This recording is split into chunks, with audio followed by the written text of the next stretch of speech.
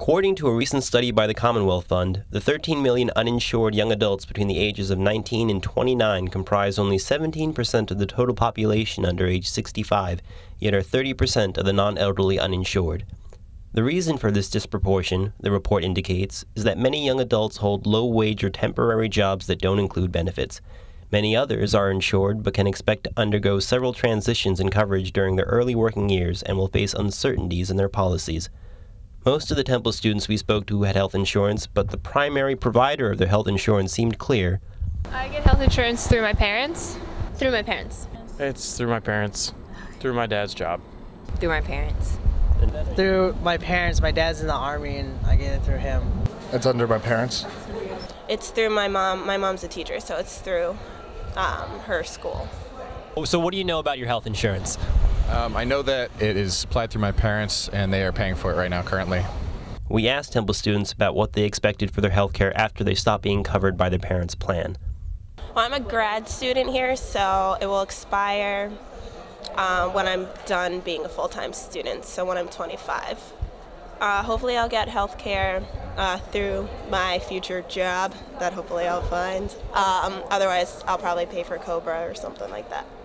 After I'm not a student, I don't have health care anymore, so if something happens, I don't have health care. Yes, expires when I turn 24, which is in January. What are you going to do after that? I have no idea. Find an alternative. I'll do what I have to do. I'm sure my parents would be the same way. If I need to find my own provider and my parents, and if I'm not covered under my parents, I need health care. It's just something you should have in this day and age. Many students see problems with our health insurance system and recognize the need for reform. I cannot afford it. Health insurance. I can't afford it, so that's why I don't have health insurance. Health care. No options. Just if I get sick, I have to die. It's very expensive, and the policies change all the time, and they don't ever tell you when the policies change. So you can go in and get a procedure done, and then they'll say it's covered, and then you get slammed with a $100 bill or whatever, which is difficult when you're a student paying for this kind of stuff.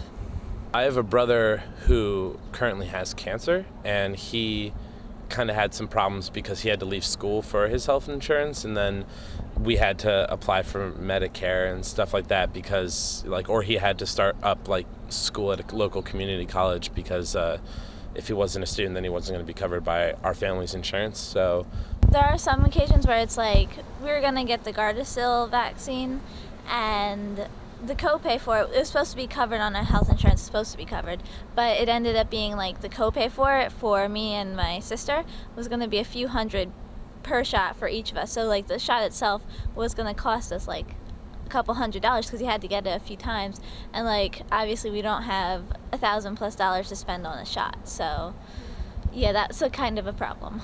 While many students are hopeful that change will come and appreciate the bill passed by Congress, it is clear to all that there is still a long battle ahead. I'm actually really excited to see what happens. I think that healthcare obviously needs some changes because of the amount of cost that it is and how inaccessible it is to a lot of people. But I do need to see it, see what happens. I'm kind of just waiting for it to come out to really see what happens and how it's acted out. Reporting for Section 2, Group 5, this is Walbert Young.